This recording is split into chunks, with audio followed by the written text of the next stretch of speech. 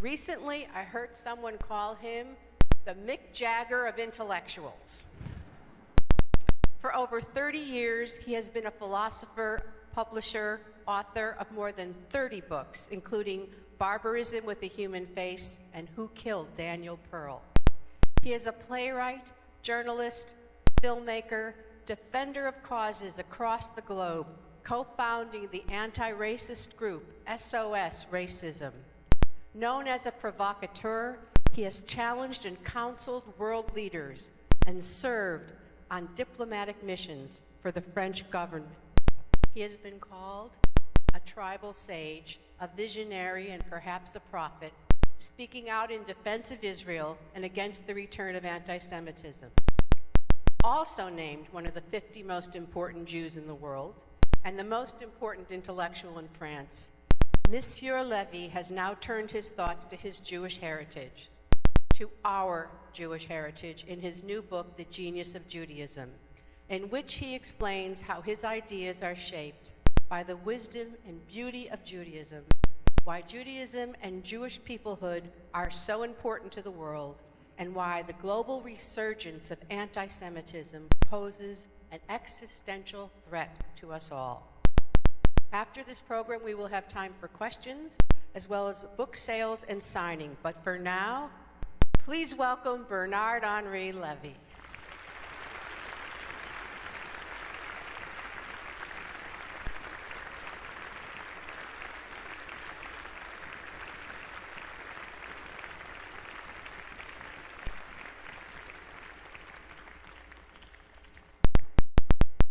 I want to begin by just addressing two comments to those of you who are gathered here. The first is that because we're being taped by C-SPAN, it's very important that you laugh at the appropriate places.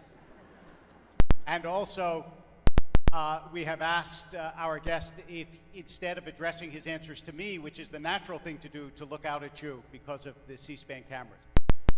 So the second is that I'm going to try to be as explicit and careful as I can in my questions, because even though, as you will hear, our guest speaks magnificent English, nonetheless, I think to conduct an interview in one's second or third language is not an easy endeavor. And so I hope that you will be patient with both of us as we try to explore this quite remarkable book, The Genius of Judaism. And I want to begin by asking you the following, which is, obviously, you are more than familiar with the work of one of your French philosophical predecessors, Jean-Paul Sartre, and you know his book, Anti-Semite and Jew. That book was criticized because it suggested in some ways that the anti-Semite gets to decide what the Jew is, that you're defined by outside forces instead of by yourself. And so I wonder why you chose to begin a book about the genius of Judaism by talking about anti-Semitism instead of talking about Judaism itself. It is the best question to start with. Let me say first of all how happy I am to be here. I said it just before to a little group of us. For me to be hosted in this place, in this Wilshire temple, is more than a joy. It is a great honor, and it was a dream of my life. To be here, to be received here, and to have the honor to speak in this place, which is such a denial of the stupid theory of the opposition between Jewishness and art, between Jewishness and images, which is such a more complicated thing than what say some of our enemies. It's such a treat, such a joy, such an honor to be here, and even more with Rabbi David Volpe, who is in America, in Anglo-Saxon world in general, a legend. And I am really honored to be here on this stage, sharing it with Rabbi Volpe. to reply to his question, it is the question which I asked myself when I began the writing of this book. It is true that the Jew has not come in this world to discuss anti-Semitism. It is true that anti-Semitism is more than anything else boring. It is true that when I reply on the TV to the question of the rise of anti-Semitism, I have the feeling to lose a few minutes of my life. It is true that to enter in the psychology of an anti-Semite, to try to understand his reasons, is something completely absurd and disgusting. And by the way, it is not what I do in this book. The chapter about anti-Semitism, which is the first chapter of the book, is not devoted to that at all. I don't try to enter in the reasons of the malin, of the evil.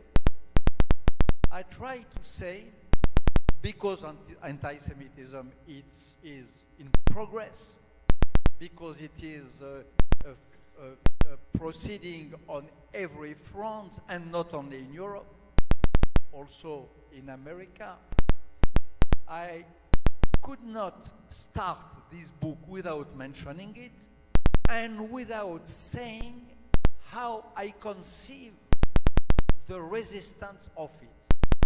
Not how to convince the anti-Semites, I will not convince them. Not how to understand them, I don't care about them. They are, most of them, illiterate, stupid people. Not even the sort, if I compare in France, the anti-Semites of today and those of the 30s, there is such an abyss between them. In the 30s, alas, for my grandfathers, anti-Semitism could brag to have some great writers bearing the flag. Louis Ferdinand Céline was not a zero, far from it. Drieux La Rochelle was a good writer. Paul Morand was a great writer, of course. Today, there is nothing. Really rednecks of the thoughts. Really stupid, non-thinking women and men. So, the chapter about anti-Semitism is not devoted to that.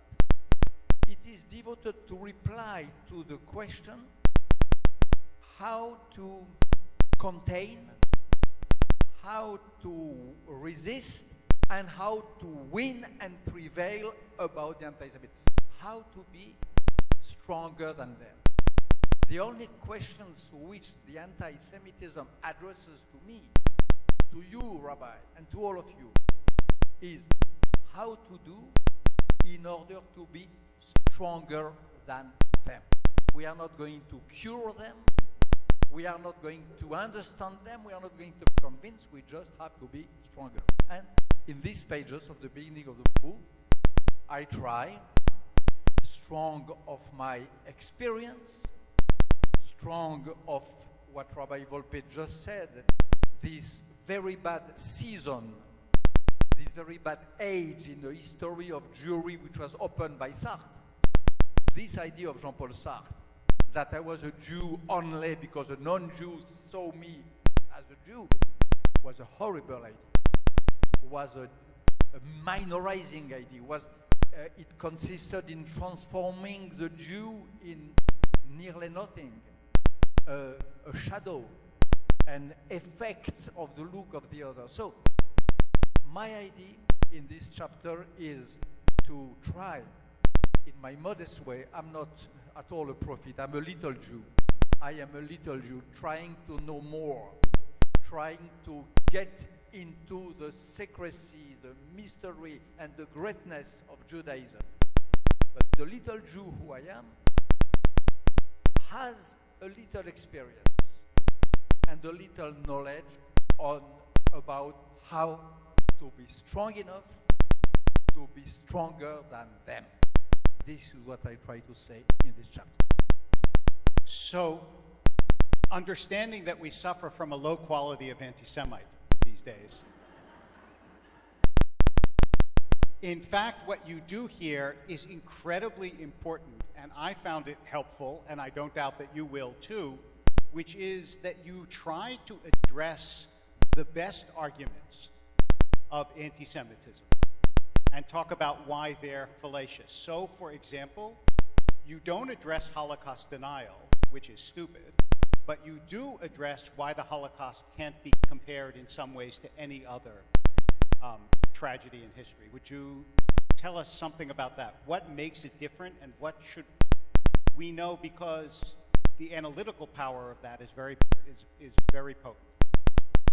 Yes, this question is very important because one of the pillars of the new anti-Semitism is the Holocaust denial.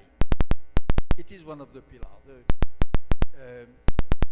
There is a way to say the Jews are horrible beings because they traffic, exaggerate, or invent what should be the most sacred thing for them, which is the memory of their martyrs. This is how the denial of Holocaust turns into anti-Semitism. It depicts a portrait of the Jew capable, able to the worst, which is making up and his most saint memory which he had. So the question is really, I try faithfully and thoroughly to raise the question of what is, at the end of the day, the unicity of Holocaust. Why is the Holocaust a massacre unprecedented until now without any real following? Why is it so special? It is not a question of number of deaths. It is not a question of planification, as it is sometimes said. There are some genocides which have been planified. It is not the speed or the rhythm of the massacre. The genocide in Rwanda has probably the world record of the speed of the massacre. It is not, I take the few generally said reasons of this unicity, and I reach the conclusion that there is two things which make the genocide of the Jews, the Holocaust, absolutely unique. Two. Number one, the Holocaust made the world, the entire world, a trap for all the Jews. Entire world. For a Cambodian, or for a man of Rwanda, or even for an Armenian, there was some possibilities of exit. If he could, which was practically very difficult, but in theory, if a Cambodian could escape to Vietnam, if an Armenian could escape from the desert of Syria, he was safe. For the Jews, there was no safe place in the world. The project of the Hitlerians was to eradicate, to kill the Jews wherever they could be. And the theoretical project was, again, to make the entire world a trap for the Jewish prey, considered as a prey. So, no recourse. And the second specificity, mathematical. It is not a creed, what I say, it's a fact. That it is the only genocide which has been supposed to be, which was supposed to be without rest, without any piece of the body remaining safe. All the other genocides, as cruel as they could be, had, I would not say a limit, but in some case, the perpetrators of the genocide decided to spare the old people. In other cases, they decided to spare the children. In other cases, they did not care about the books. They did not care about the memory. They did not care about the dead, for example. Holocaust is the first genocide, the history of genocide, which was a total project of destruction. Nothing had to be left. No human living body, no human dead body, and not even this other living body, which is the letter, the word of the book, which had to be erased also. So, no place remaining in the world, no member of these people having to remain alive. These are the two specificities of this genocide. And this is what entitles the scholars of the Holocaust, without any satisfaction. Of course, it would be so better if it was not the case, but it is that which entitles the scholars of the Holocaust to say that it is as a sort of standard of inhumanity, that it is a sort of climax of the evil which the man can do to the other man. And what I say also in this chapter is that far from discouraging the world to take care of the other massacres, far from consisting in a sort of monopoly of the suffering, this way of thinking the Holocaust as an absolutely special massacre is an invitation to be aware, to get the first signs, and to be able to resist to any other massacre or outrage to humanity. I show in the book, and again, it is not a creed, it's a fact, that since I am in the age of involve myself and to see and to think, each time in our history, since 50 years, each time that the smell of genocide has come back, each time that a huge massacre has begun, those who gave the alert, those who went on the breach and on the rampart first, were always not the Jews, but those who had in their heart, in their memory, and in their intelligence this idea of the specificity of the Holocaust. It was that in Bangladesh in the 70s. It was that in Bosnia-Herzegovina. It was the case in Darfur. It was the case in Rwanda.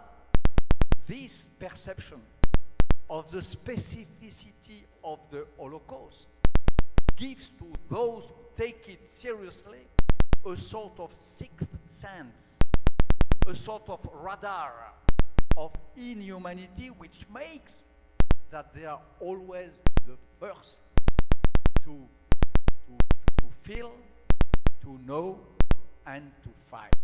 And this is very important because one of the arguments of the new anti-Semitism is to say that if you give too much to the Jews, you will have nothing left for the Rwanda. One of the major arguments is that there is no enough space in the human heart to have sorrow for the Jews and for the Darfuri. It is the opposite.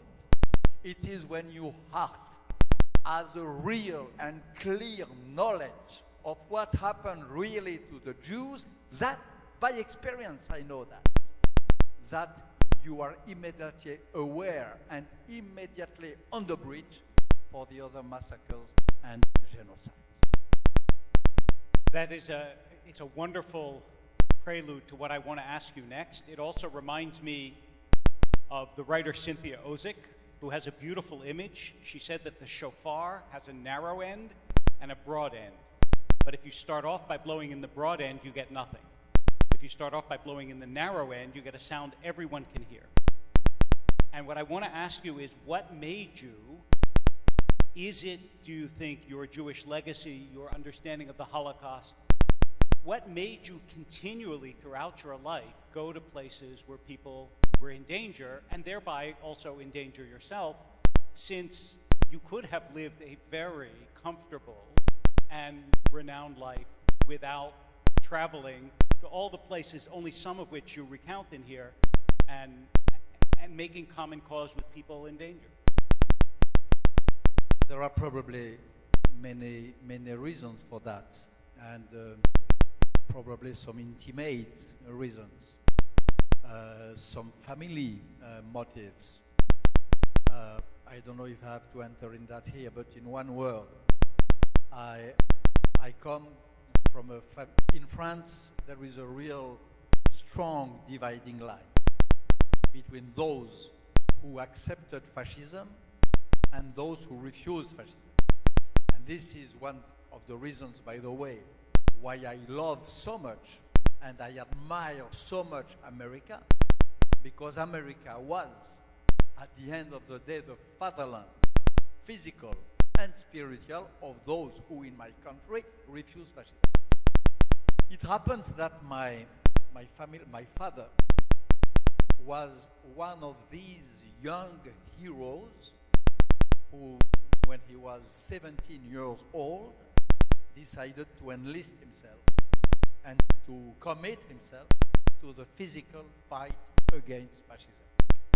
He did it in the Spanish Republic against Franco in the International Brigade, and then he did it in the Free Army of France. He was one of the most decorated heroes of the Battle of Monte Cassino. He had a terrible job which fascinated me all my life, and especially when I was a child and a teenager. His job in Monte Cassino was to be a volunteer to go beyond the lines, to take under the fire of the enemy, to take his comrades, his companions who were wounded. This is the most difficult task in a battle, to go under fire, beyond the lines, to take your friends who are heavily wounded. So this is what was my path. I suppose that in the back of my mind, all my life, I had, as any of us, as any little Jew who is devoted to his father, who loves his father, I suppose that I had that in the back of my mind. I suppose that I had the will to try to be worth of the message, of the inheritage, and of the glory of my father. This is the intimate reason. After that, there are, of course, other reasons, more intellectual. And they relate to what we just said. They relate to my way of being a Jew in two regards. Number one, what I said about Holocaust. Again, someone who has in his heart and in his intelligence, and better at the junction of the two, this burning wound of the memory of Holocaust, cannot be indifferent to what can happen in the various places I just quoted and in which I went. And exactly as when I heard about the martyrdom of the American young Jewish reporter Daniel Pearl, I received it as a physical shock, as an absolute obligation to commit myself, to go on his footsteps, to honor and celebrate his name, if I dare say, my dear Rabbi, exactly as I did for Daniel Pearl, who was a name, of course. I did the same for so many unnumbered dead, unnamed dead, without any grave dead all over the world. And this idea of a bunch of women and men dead in packs, dead without grave, without name, without number, and without memory, without archives, without leaving a trace in the memory of mankind, it is true that this idea has made me all my life crazy and ill. And I devoted a little part of my time, not enough, to try to give back a name, to give back a trace, to just figure the proper number to these outnumbered deaths. This is one thing. Another thing is more deeply to what is properly Judaism, more accurately related to what I call the genius of Judaism. For me, to be a Jew means, in a way which I try to express in this book, to care about the other. The question of being a Jew, I often hear people ask me, what about your Jewish identity? I'm always embarrassed by this idea of identity, because I'm not so sure that Judaism is a matter of identity, which means to be the same of ourselves. The real challenge for a Jew, the real stake, the real work is the relation not with the ID, but with the other. And for me, the most challenging way to relate to the other is the way in which the most enigmatic prophet in my eyes, Jonah, acts. Jonah, when he goes to Nineveh, he goes to the biggest otherness. He goes to the proper embodiment of the absolute otherness. And he deals with that, and he speaks to that. He tries to save that, this city of David. For me, being a Jew means that all my life, at least all the part of my life where I felt deeply and affirmatively Jew, has consisted in fighting, in trying to be worth again, not of the memory of my father, but this time to be worth the heritage, the message, the lesson of the prophet Jonah. I'm a little Jew faithful to the prophet Jonah, and this book is a praise to Jonah. Is an attempt to unfold the lesson of Jonah. I read in this book, and I will probably say that it is the core of it, after so many commentaries, after Sforno, after Malbim, after all, an attempt to add a tiny drop of ink to the commentary of Jonah. My life has consisted in doing that, and this book, which is a summary of my life, is an attempt to express that.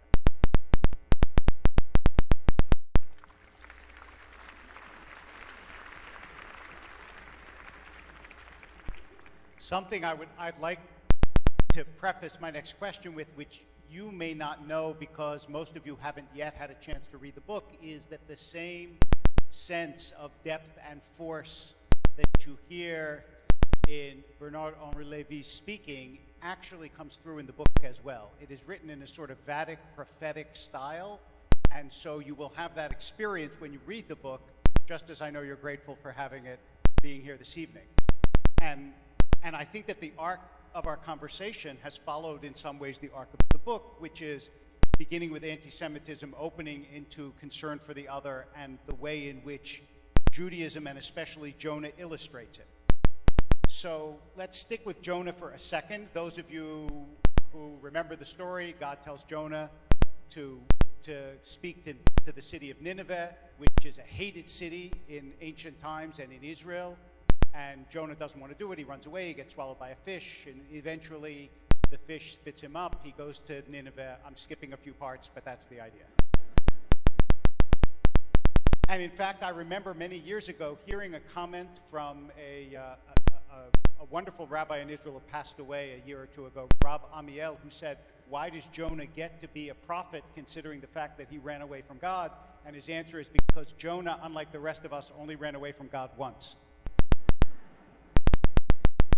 And so that's what I want to ask you is,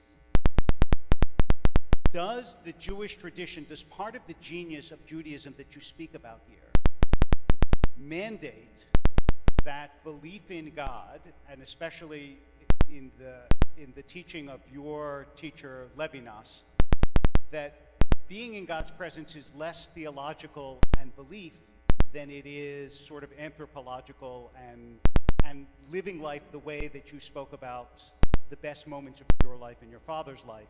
That is, it's about the other as opposed to about the one. Levinas said it in another way. Levinas said that Judaism was more than an optic, it was a practice. Optic meaning a look, optic, a look at the sky, and practice meaning a link with the others. Levinas used to say that. Levinas, who very often said that one of his concern was to get rid as much as possible of the religion. He said Judaism is not a religion. Paganism is a religion. Christianism is a religion. Idolatry is a religion. There is the religious spirit behind, under every little stone. The task, the target of the Jew is to reduce the quantity of religion in the world. Franz Rosenzweig, probably one of the most important German-speaking master of Judaism in the 20th century, wanted to stick in front of his little house of study, "I am irreligious." He said that to Alio, his fellow student. The experience of so many great masters of Judaism is the experience not of the presence but of the retreat of God, the Tzimtzum. Rabbi Chaim of Volozhin, who is one of the inspirers I modestly follow in this book, has as his main philosophical experience this terrible test of the world becoming suddenly devoid of God, empty of God. And then, says Rabbi Chaim de Volozhin, then begins the question of what the man have to do. If the God retracts itself, if God quits in a way the world, if therefore there is a risk for the world which has been created to decreate itself. This is the most vertiginous hypothesis of Chaim of Volozhin, is the hypothesis of a possible decay, collapse, ruin of the world due to this tzimtzum of God. Then what do the men and women have to do? This is a real Jewish question according to him. His reply is that they have to pray toward an empty sky, and they have to study and to interpretate ad infinitum, endlessly, the holy text, and that it is their words which will be like the wooden charpent of the world, that the world will hold against this threat and imminence of disaster and collapse because of the study of the little Jews, which is all of us. So this for me is the crucial question. And I try to say at the end of the book, probably because I'm a secular Jew, probably because I am not familiar with the rituals who are so important in the Jewish life, probably.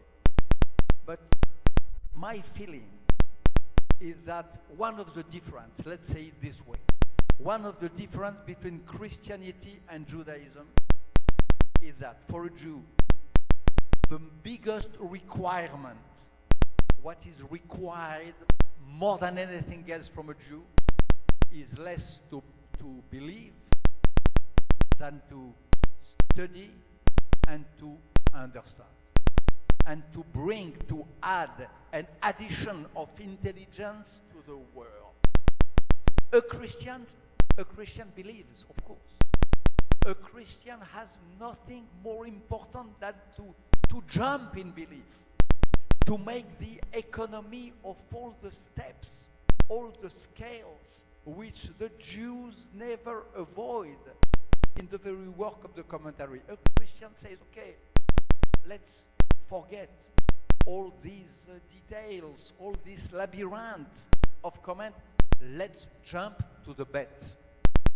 Blaise Pascal, the French great Pascal. There is a great beauty in this gesture to stop speaking, to stop thinking, just betting and jumping.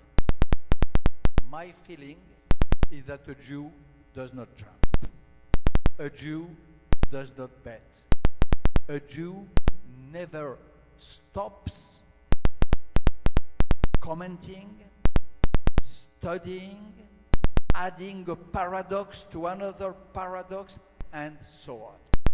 And there is a great quote of Gaon of Vilnius, the Gaon of Vilnius, who was asked one day by one of his students, Rabbi Gaon, if you had to choose between, on one side, a lazy student who is never here in the shul, but who believes, and a hard worker student who abuses all the strength of his mind and sometimes of his body, who really dies on the work of the commentary, but who doubts, who would you choose? Gaon of Vilnius says that, of course, he would prefer not to have to choose. But if he had to, he would prefer the hard worker who devotes his life to the commentary and to revive and make more and more vibrant the letters of the text, but who doubts, than the lazy one who believes. And this, for me, is one of what I call in this book the genius of Judaism. I'm now going to ask you a very pedestrian question that a rabbi would ask. The idea that Judaism is about argumentation and study and text and ideas and searching is a beautiful and wonderful and inspiring idea, and I don't think anybody here would object to it. But can Judaism survive if people don't know Hebrew, don't keep kosher, don't keep the Sabbath, don't do rituals which are specific to Judaism, whereas ethics is not? You can care about other people and be any religion or no religion, but nobody who prays in Hebrew isn't Jewish, or very, very few. So I wonder if, in an attempt to sort of grab the Empyrean, we're not losing something of the everydayness that also maintains places like this. You are right. That's enough. Okay. No, So- it's not enough because you are half right. The Jews have specifically a certain way of eating, of meeting, and of speaking. And the relationship to Hebrew, for example, is crucial. And when I say that I'm a little Jew, I mean, between other things, that I am so disappointed at myself to be still so remote, so foreign to the language. But I don't agree to say that everyone take care of the otherness. I don't think that this concern of the other is common to all monotheistic religions. At least, let's say it in another way. I do believe that there is a real Jewish way, very specific, comparable to nothing else, to live under the shadow of the other, or to put his own shadow on the other, and to comment the text. The Christian comment, of course.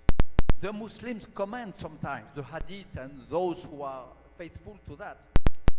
But there is what being a Jew means, also having a very special way of commenting. And I would just like to take one example, which is in the book, which is makes a few pages of the book. I will sum it in a few words.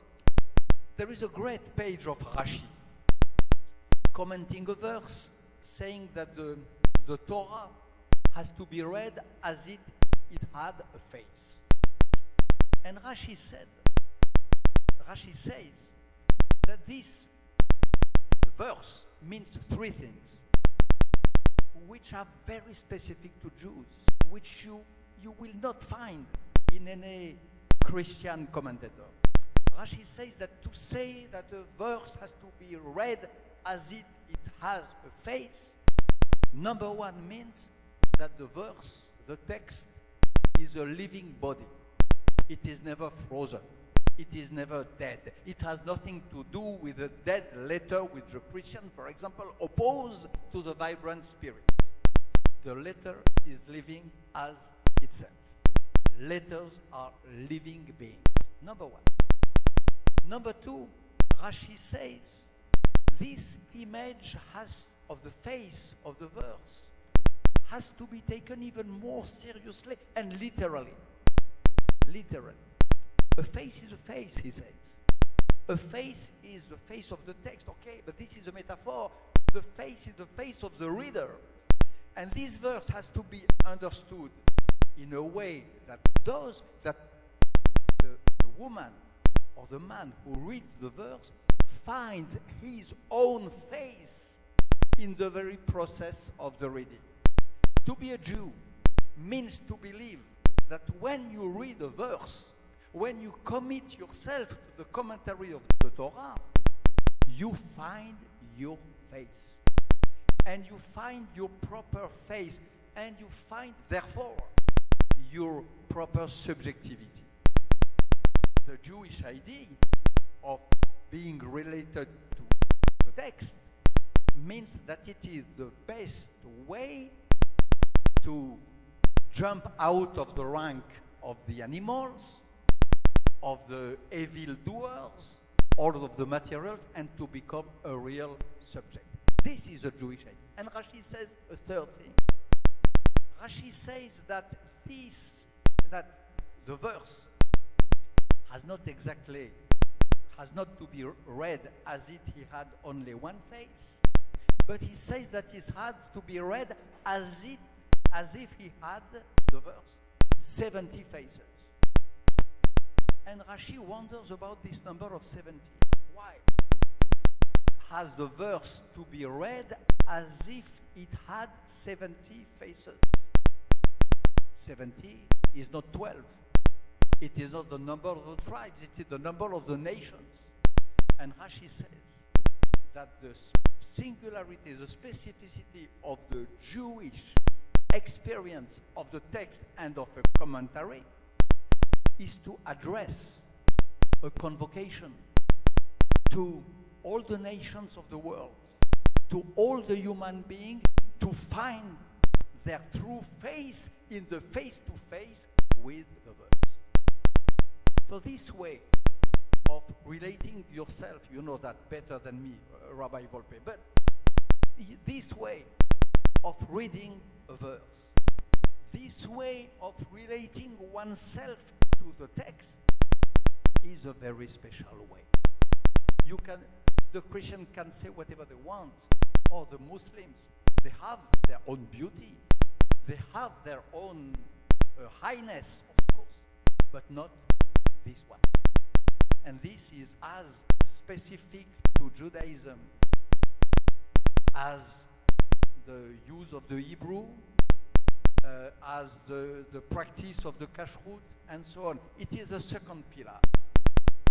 And I don't believe in a Judaism, I'm sorry, who would just be content, who would just be happy with living a Jewish life with the great rhythm of the Shabbat and of the saint days and feasts, and letting us leaving aside this great task of ordering, asking, escorting the nations to this finding of their own face in the discovery. So before we take questions, and I'm going to take questions next, what you remind me of is that you say in this book that the great division is not between Orthodox and non-Orthodox, or between left and right. It's between thinking Jews and non-thinking Jews. And I would like you to give your definition, if you would. There's a Hasidic story about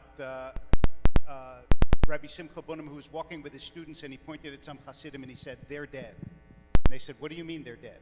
He said, "They don't ask questions anymore." And they walked on for a minute, and one of his students said, "Rabbi, how do I know I'm not dead?" He goes, "Because you asked." So how do you make that division that Rabbi Simcha made between who's a thinking Jew and who's not a thinking Jew? And I'm asking that seriously without being at all facetious or funny, because maybe some of us are non-thinking Jews, but if we hear your encouragement to be thinking, we will rethink our non-thinkingness. I think. This is, of course, the correct question. I'm so angry when I hear some lazy analysis about all of that. I am a secular Jew, and my relationship to the Jewish life you are evoking is, to be frank, very light. So I don't belong to the world of the men in black. I don't belong to this world. But I'm so cross, I'm so angry when I see them reduced to a sect of obscurantists frozen in their orthodoxy. This is just not fair. And I invite in the book, the Jews and those who want to be familiar with Jews to overcome this stupid division. Because what does it mean to be an Orthodox? Orthodox is a Greek word which means to believe that there is one orthodoxa, one right opinion. And this right opinion is right forever. It cannot be changed, it cannot be embittered, it is frozen in its rightness. I'm sorry, but my friends who are called Orthodox do exactly the opposite of that. When they are in their yeshiva, devoting again their days and their nights to try to go deeper in their doxas, in their opinion, they go exactly against this temptation of orthodoxy. They are the opposite. There is nobody less orthodox than those who are called orthodox. I remember my friend Benny Levy. Maybe, I'm sure the name is not very familiar here, but it has been an important name for me, and it is important in the French Jewishness. He was a former man of my generation. He was an extreme leftist revolutionary in the 60s. He was the chief of the French Maoists. He went in China to see not Mao Zedong, but nearly. He was the secretary of Jean-Paul Sartre. And he's the one who converted Jean-Paul Sartre, by the way. He converted Jean-Paul Sartre from this stupid idea of Jewishness being nothing else than the reflect of the eye of the other to the idea of an affirmative Jewishness. And Beni Levi, in the second part of his life, at the end of the most spectacular teshuvah of the history of the great Jewish scholars, became a man in black. He became a man in black. My dear friend, who was, as he often said, he was the inventor of the Palestinians. I remember when we had a discussion in France, in the Sorbonne, and there was always a crazy guy at the end of the lecture who said, "Yeah, but what do you do with the Palestinian cause?" And Beni Levi was so funny with his big hat and his dress, and he said, "Come on, please, the Palestinian, you tell me, I invented them when I was an extreme leftist, when I was a Maoist." So this man became the most devoted man of study in Jerusalem and so on. He was the opposite of an Orthodox. He was the contrary. There was no, as the Talmud says, he never, even if he had always the same hat and the same redingote, he never wore garments which had been already worn by somebody else, which is the true formula for a genuine Jewish experience. So this idea of orthodoxy is a crazy idea, a lazy idea, entertained and created by those who don't like Judaism and don't understand anything to it, and are not embodied by the Ahabat Israel, which is the love of the Jewish people and of the Jewishness. On the other side, you have some secular Jews whom I would call Orthodox. The secular Jews who repeat, I would not make politics here, but who repeat the same mottos, the same secular mottos as a sort of a meal of prayer. They are in a way Orthodox, and they are more Orthodox than my friend Beni Levi. So the real dividing line is not this one. The real dividing line is between those who believe that Judaism is a test, is an adventure of the spirit, is a metaphysical journey, and those who believe in the comfort of being a Jew. To be a Jew is not comfortable. Since the first day at the foot of the Sinai, when Moses came to all the little Jews of this time, Moses knew that the law had been proposed to all the nations of the earth. He knew the secret. He knew that the deal, as we say now in America, as some say today in America, the deal had been proposed to all the nations, that all of them refused. And he proposed it in despair, of course, to the poor little Jewish people who accepted the burden, who accepted to do and to hear, and then to hear. They knew, Moses knew, the Jews knew, the companion of Moses knew, except Korah and his mates, who believed that it was easy. They knew that to be a Jew is not an easy task, that to be a Jew is not a comfortable state. They knew that it is not even a state. You are not a Jew.